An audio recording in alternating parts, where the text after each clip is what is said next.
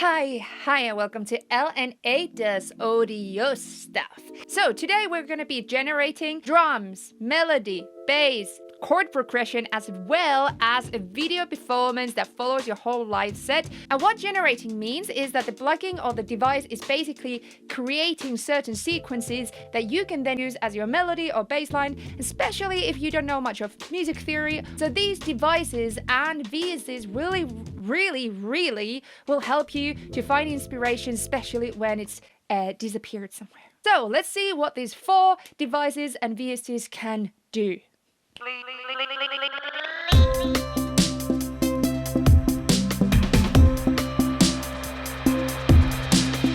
Device number 1 is gonna be a Max for Live device, AlexKid's Beat Shake. So if I go to packs and I already downloaded it, installed it, all that stuff. So here we go.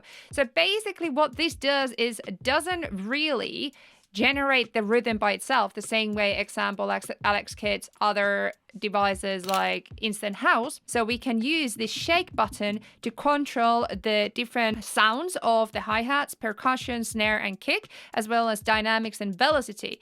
Also, we can shake them all separately. In the bottom here is the MIDI notes that certain sounds are triggering. So that we can actually trigger some sounds, we can go to the Beat Shake other folder on the here. So there's 2 folders. There is actually presets for drum racks. What these shakes are actually doing is that they are selecting different sounds for the patterns from here, so that we can actually have some rhythm. We already have here MIDI clips, which are so cool. So I can find one that I prefer. So example, I can put that one there. So that one is quite housey. The next step, what I'm going to do is create a MIDI track, and I'm going to set the input as Beat Shake 808 flavor. I'm going to record the track, and I'm going to press play. Okay, so we have a MIDI track, and you can see the MIDI notes that are being generated on the other channel are now going on this track. So let's shake it up a little bit. And shake. And shake. And shake. Now, if we just take this same instrument that we had in there and just put it to this track, voila. Without the instrument, we already have now a rhythm that we have created. And now, basically, we can customize it exactly the way we want. So, now when we have our beat, let's create a melody line on the top of it using a VST called Melody Source. So we have 2 MIDI tracks. Other one has an instrument, other one has the melody source sequencer. On the instrument track, I'm gonna set the inputs as melody source and melody source there. Set that as record, and we open melody source, and this is how it looks. Yay! Firstly, we can set our key from here. And otherwise, all the controls are something that we can just try out while we're playing. So we have light, dark, and both. Or is it simple, complex, or both? So let's just press one of these. Adjust the speed here. So it's much slower or fast. Let's go for more complex. Octave. On the right side, you can see that it's creating a melody bank. So it's these different melodies that I have created with the different settings that are saved on the right. So you can just basically go around and click different things and find different melodies. And then you can just select which one you like from the here. You can always take it from here and add it as a sample into the MIDI track.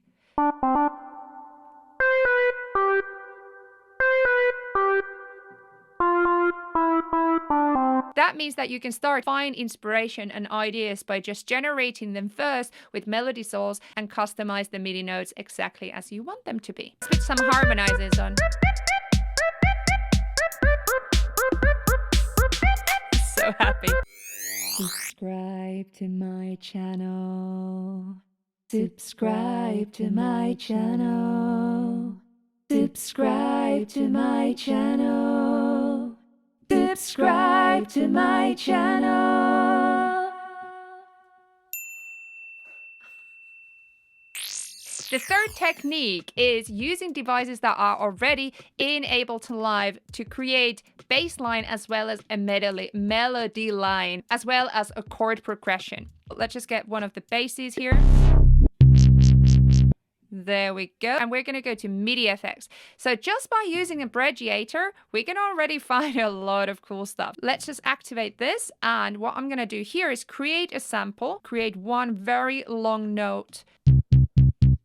So what we can do first is find the rate that we want.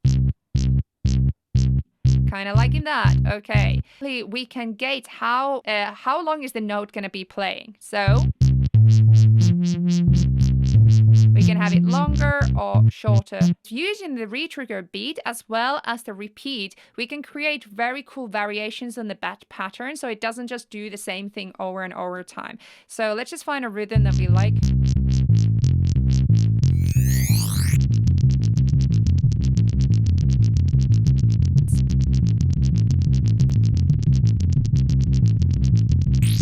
I'm going to change quickly the instrument lead because I think it sounds horrible. So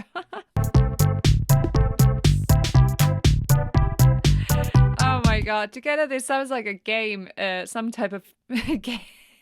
Nintendo, if you're looking for any new music, here we go.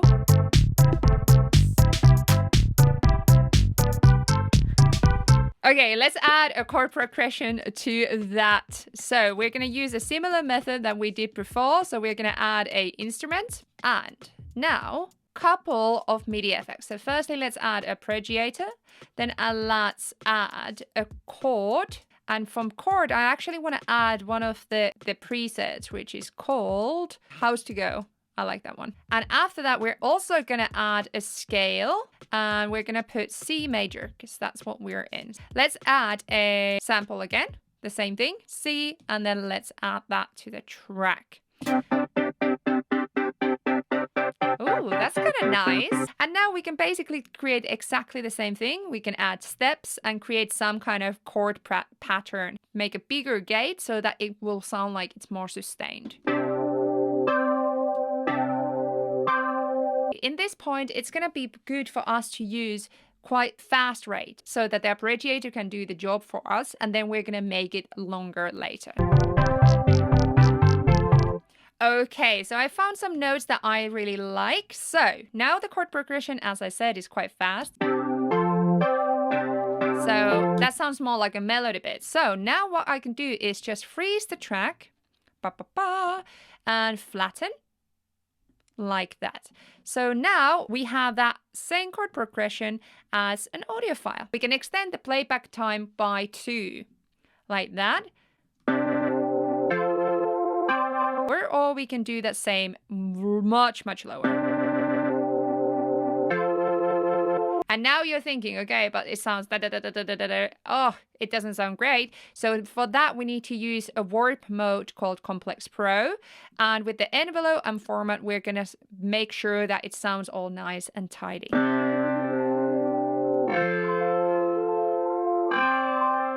How does that sound with the rest of the song? I don't know what am I creating here.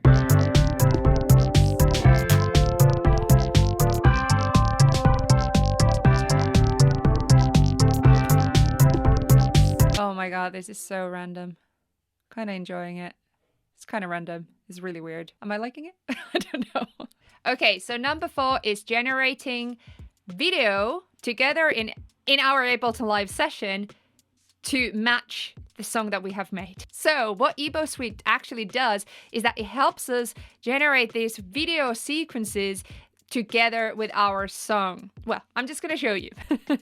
Okay, so I go to browser, I go user library, and under there you can see EboSuite. Some familiar stuff that we already know, sampler and simpler. E-sampler, and what it does that it opens up EboSuite in a different application. So basically that allows us that it uses less CPU. There's different ways to connect this into this session. So there's lots and lots of ways to do that. But what I did is that I actually created a video clip of me playing pots and pans together with this beat that I created with the beat shake. So now I can drop movie here, okay? So I drop the movie that I created. So I can create a rhythm like this. And let's see how that sounds. So if I could duplicate that.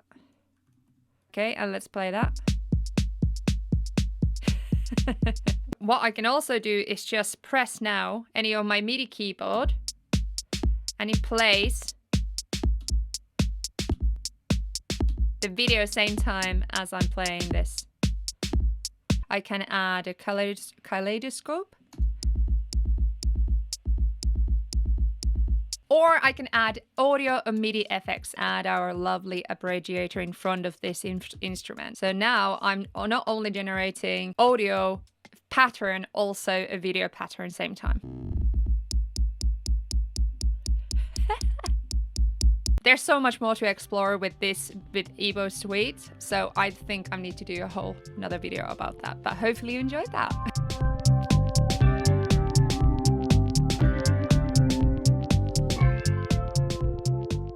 Hey, thank you so much for watching this video. Please subscribe to this channel. Please hit the bell icon. And I hope to see you here next Sunday as well, because there's a lot of Ableton Live content, a lot of fun content, a lot of things happening on this channel. So come again. So see ya later.